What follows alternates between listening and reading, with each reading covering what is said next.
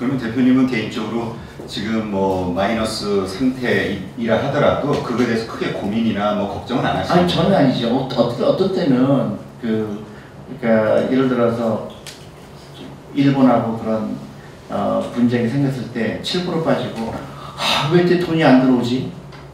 돈이 들어와야 되거든요. 그래서 싸게 살 수가 있는데 그때는 돈이 안 들어와요. 근데 막 시장이 올라갈 때는 돈이 더 들어와요. 그러니까 아직도 미국도 마찬가지예요. 미국도 가장 투자하기 나쁠 때 돈이 들어오고 가장 투자하기 좋을 때 돈이 안 들어오죠. 그러니까 모든 심리예요. 그러니까 주식 투자하려고 그러면 그런 믿음이 필요하고 단순해야 되고요. 희망을 가져야 돼요. 내가 이 회사에 매출이 계속 늘어나고 있는 거 보면 사실 걱정할 일이 없잖아요. 근데 시장의 그 변동성, 일본이 어떻게 나올까 걱정거리가 너무너무 많아요. 또 브렉시트 어떻고 또 생전 들어오지 못한 그 장기금리가 낮아졌다. 이게 이게 무슨 의미지? 또 거기서 또 고민을 해야 돼요. 그거는 주식 투자가 아니고요. 그러니까 꾸준하게 내 월급의 10% 아니면 15% 그리고 내가 이제 60세가 됐을 때 참는다. 아니면 70세까지 투자한다. 그럼 굉장히 저는 한 번도 주식 때문에 잠을 못 잔 적이 없어요. 근데 저는 귀찮은 것 때문에 잠을 못 잔 적은 있어도 주식 가격이 떨어졌기 때문에 잠을 못 잔 적은 없어요. 왜냐하면 그 회사를 골랐을 때는 그 회사가 돈을 잘 버는 걸 알기 때문에.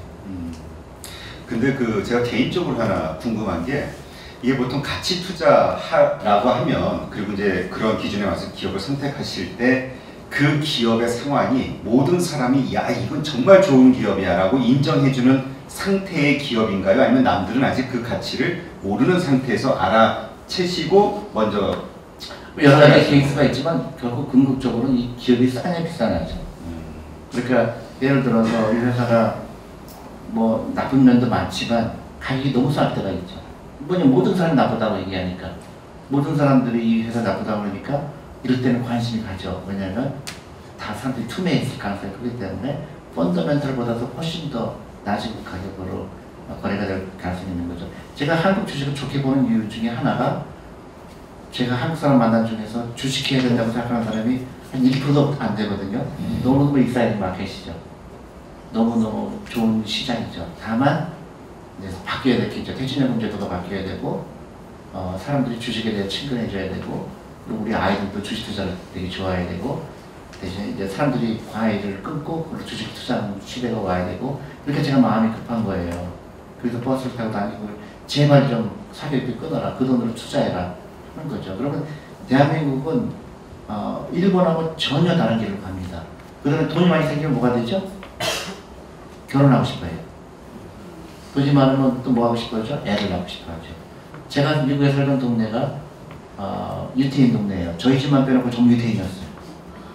근데 다 5명, 6명씩 애가 있어요. 너무너무 행복한 거예요. 그리고 애들이 어떻게 되죠?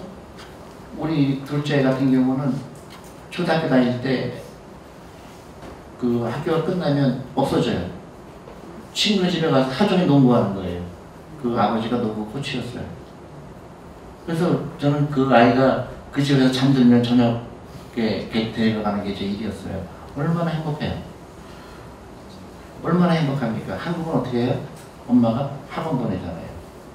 그 아이는 절대 경제 동력을 이룰 수 있는 가능성이 없어요. 왜냐? 그 아이는 항상 엄마가 돈을 대주는 사람. 그리고 노동자가 되기 위한 공부를 하거든요. 자본가 되는 공부가 아니죠. 공부 열심히 해서 수능시험 잘 봐서 취직시험 잘 봐서 남의 밑에 들어가서 평생 너는 노동적이고 월급쟁이로 살아라. 그거는 최악의 교육인 거죠. 금융문명이기 때문에 그래요. 근데 한국의 금융문명 중에서 특히 높은 계층이 누구냐? 엄마들이에요.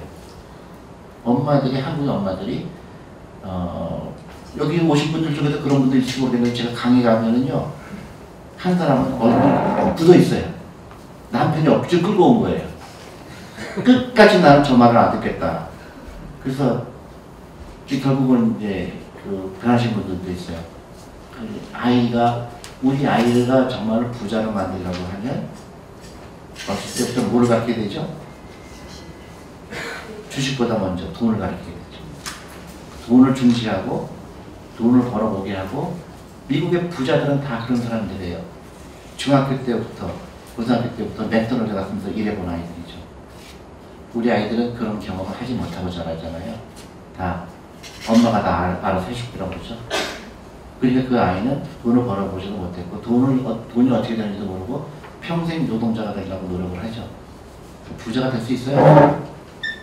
근데 안타깝게도 사교육비를 다 썼죠.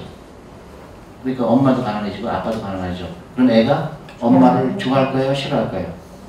싫어하죠. 맨날 부담 주잖아요. 내가 너한테 과외비를 얼마 썼는데 너 그러니까 집안이 무너지기 시작하는 거예요. 일본이 무너지기 시작한 거예요. 그러니까 젊은 아이들이 일본에서 어떻게 돼요?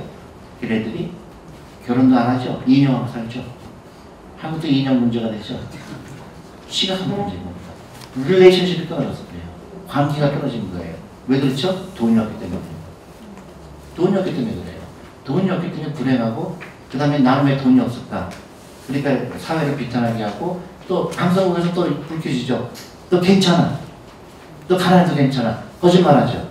힐링 프로그램이 생겨요. 너 돈 없어도 괜찮아. 다 거짓말인 거 시대들은 알죠. 그러니까 어떻게 해요? 그 사회에 대한 불만이 생기게 되고 거기 기름을 붓게 되고 사회는 점점 결혼도 안 하게 되고 애도 안 낳게 되는 겁니다. 결국은 돈이에요. 돈을 어떻게 다루느냐, 돈을 어떻게 매니지하느냐가 너무 중요한 거죠. 그래서 미국이나 선진국에서는 어렸을 때 돈을 갖고 UT는 13살 때 아미치바라고 해서 성인식을 해요. 13살부터 성인식을 하죠. 13살 때 뭐를 갖고 오죠? 시계하고 돈을 갖고 갑니다. 친척들이. 시계는 시간을 중요시 여기라. 두 번째, 돈을 중요시 여기라. 이거 돈으로 너 노후 준비해야 된다. 13살부터 투자를 하죠. 한국은 30살 때까지 돈을 투자할 줄 몰라요. 50살까지도 모르는 거예요. 그러니까 그게 너무너무 안타까운 결과를 낳는 거죠. 한 사람 한 사람이 경제적인 자유를 얻지 못하면 그 나라는 힘들어요. 얘도 안 낳게 되고 경쟁력은 더 떨어지고 또 우리 아이들의 미래도 더 나빠지게 되고 여러분들이 달려있는 거죠. 우리 아이들을 어떻게 키울 거냐, 부자로 키울 거냐, 아니 노동자로 키울 거냐. 여러분들 초이스예요. 그러니까 사교육비를 끊어야 되는 이유입니다. 사교육 부서서 공부 잘하는 거는 절대로 부자가 안 돼요. 공부 잘하는 애가 부자 될 확률은 굉장히 낮아요. 왜냐면 시험만 보려고 하거든요. 공무원 시험, 취직 시험, 절대로 부자가 안 되죠. 근데 공부 못하는 애들은 어떻게 되죠? 취직 못할 걸 알아요. 슬픈 얘기인데. 아니 좋은 거죠. 좋은 얘기예요. 너무 좋은 거죠.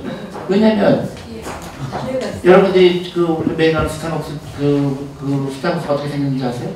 스타벅스는 그 부부가 회사에서 동시에 행복을 했어요. 그래서 취직을 만약에 회사에서 잘리지 않았다 그러면 그냥 월급쟁이 됐겠죠. 잘렸기 때문에 그게 그 축복이었던 거예요. 우리 애가 취직 안 되는 거는 사실은 블레싱이에요. 공부 못하는 거는요 축복이에요. 농담이 아니에요. 공부 못하는 아이들은 시험 빼놓고 다 잘하는 거예요. 근데 공부 잘하는 애들은 아무것도 못하고 시험 하나만 잘 보는 거예요. 아무런 창의성이 없어요. 미국, 일본 경제를 망친 사람이 누군지 아세요? 동경제도 나온 사람들이에요. 공무원들이에요. 경직된 아무런 창의성이 없는 거. 그래서 일본에서 그나마도 한국은 낫죠. 한국은 그래도 여러 가지 창의적인 기업이 많죠. 네이버도 있고 뭐 카카오도 있고. 일본에 그런 기업이 있어요? 없어요. 소니 죽어가는 기업이죠. 마쓰시다 다 자동차 몇 개 있죠. 시가총액 얼마 안 되죠. 일본이 그래서 죽어가는 거예요. 창의적인 기업이 나오려고 하면 엉뚱한 애가 많아야 되죠. 근데 그런 엉뚱한 애가 나오려면 어떻게 돼요? 놀아야 되죠. 그러니까 저는 이 사교육이 만국경이라고 생각하는 거예요. 이거를 끊을 수 있는 용기가 필요하면 저는 대한민국의 많은 문제가 인구 문제도 해결되고 다 부자가 될 수 있고 아이들이 경제력도 좋아지고 창의성도 높아지고 친구들이 어떻게 되죠? 한국 친구들이 창업을 해야 돼요. 미국은 창업을 하죠. 넷플릭스 같은 경우도 친구들이 창업하는 회사예요. 근데 한국은 뭐라고 가르치죠? 옆에 애를 무찌르라고 가르치잖아요. 야, 수능시험 쟤는 몇 점 받은 너를 왜 이러면 이게 한번 죽이는 거죠. 창의성도 죽이고 아이들도 죽이고 우리 경제력도 죽이는 거죠. 그래서 거기서 탈출하라 이거예요. 근데 너무나 많은 사람들이 아직도 거기서 헤어나지 못하고 있어요. 우리 애가 공부 못하면 어떻게 될까요? 공부 못하는 게 뭐가 문제가 되죠? 정신적으로 행복하고 육체적으로 행복한 게 훨씬 중요하죠. 근데 한국은 그렇게 아이들을 혹사시킨 아이가 사회로 나왔을 때 그 사회에 해가 될까요? 덕이 될까요? 행복하지 않은 애가 양산되는데 행복할까요? 안 해요? 지금의 한국의 지금 현상이 정확하게 그겁니다. 그 잘못된 거에 우리 대가를 치르고 있는 거예요. 잘못된 교육 시스템, 잘못된 라이프 스타일, 잘못된 부모님의 금융 문맹이 대한민국 지금의 현상인 거죠. 그래서 지금 그 일본하고 거꾸로 가려면 정말 과감해야 된다. 자동차 파셔야 되고 가는 길에 다 파셔야 돼요. 그 우리 조니 대표님은 학원 연합회에서 제일 싫어하시는 1등으로 등극하시는 아니에요. 그게 아니라 주식학원으로 합니다. 근데 지금 대표님 말씀대로 그러한 필요성에 대해서는 모든 부모님들이 아마 인지는 하고 있을 거예요. 근데 뭐가 문제냐면 옆집이 시키는데 내가 안 할 용기가 없는 거예요. 그렇죠. 그리고 애들이 괜히 왕따 당하지 않을까. 뭔가 아이가 다른 애들하고 같이 어울리는 기회들이 줄어들면 뭔가 안쓰럽기도 하고 뭐 이러저러한 생각으로 그게 쉽지가 않은데 그걸 어떻게 젊었을 때 우리 아이들이 어렸을 때 왕따를 안 당하잖아요. 어른 됐을 때 왕따 당해요. 그런가요? 왜 그런지 아세요? 어렸을 때 왕따 안 당했는데 그 아이가 40살 되고 50살 됐을 때 가난해봐요. 얼마나 무시당합니까? 그때가 진짜 왕따인 거예요. 조금 길게 보세요. 우리 애가 돈이 없었을 때 내가 나이가 60세고 70세였는데 우리 애가 30살, 40살 됐는데 우리 애도 돈이 없고 나도 돈이 없고 그러면 그때 왕따는 무서운 왕따예요. 만나주질 않아요, 친구들이. 지금 그 학원 가는 거 난 학원 안 갈래 이걸로 주식 투자할 때 너무너무 걔는 그 엄청난 미래가 기다리고 있는 거죠. 남하고 다른 거를 남하고 다른 길을 가는 거를 두려워할 필요가 없는 거죠. 옆집 애가 공부 잘한다? 아 그럼 쟤는 가난하게 되겠구나.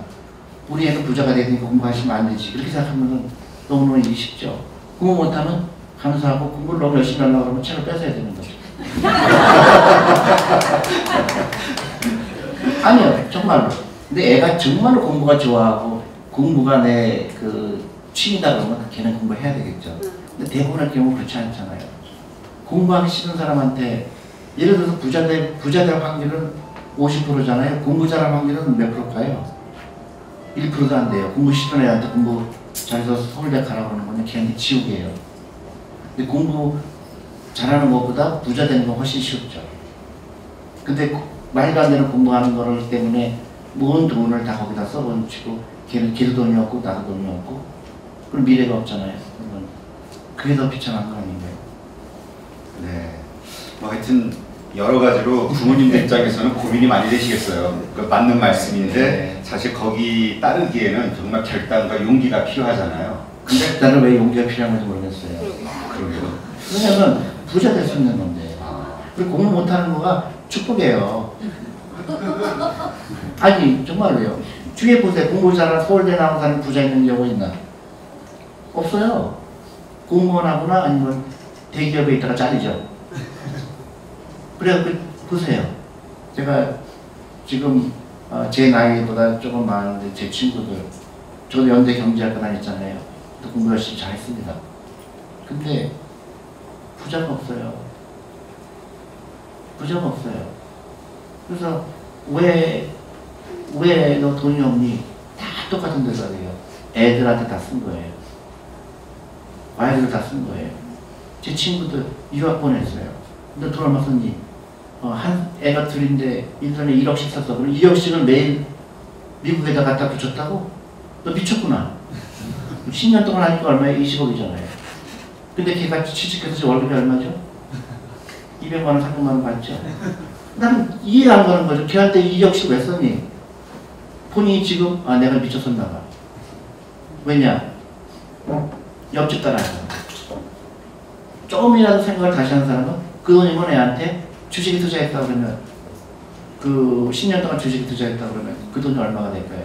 그럼 그 아이가 취직 걱정해야 안 해요? 안 하죠. 왜 간단하죠? 제가 무슨 그 엄청난 공식을 얘기하는 게 아니잖아요. 왜 그런 생각을 못할까? 왜냐하면 일본 닮아가서 그래요. 일본은 무조건 옆집을 따라가요. 옆집이 지옥 가도 따라가요. 근데 한국이 그걸 닮아가는 거예요. 우리 애가 옆집 애가 공부 못할까봐 도저히 용서가 안 되는 거예요. 그러니까 남편, 노후자가 다 끌어다가 과외선생 갖다 주는 거죠. 근데 과외선생은 엄청나게 부자가 됐죠. 엄청나게 부자가 됐는데 그 우리 애가 서울대 간다고 해서 달라질 게 있나요? 서울대 가지도 못하지만 간다고 해도 월급이 얼마 받죠? 그러니까 그게 그 한국 사회가 갖고 있는 정말 모순적인 거죠.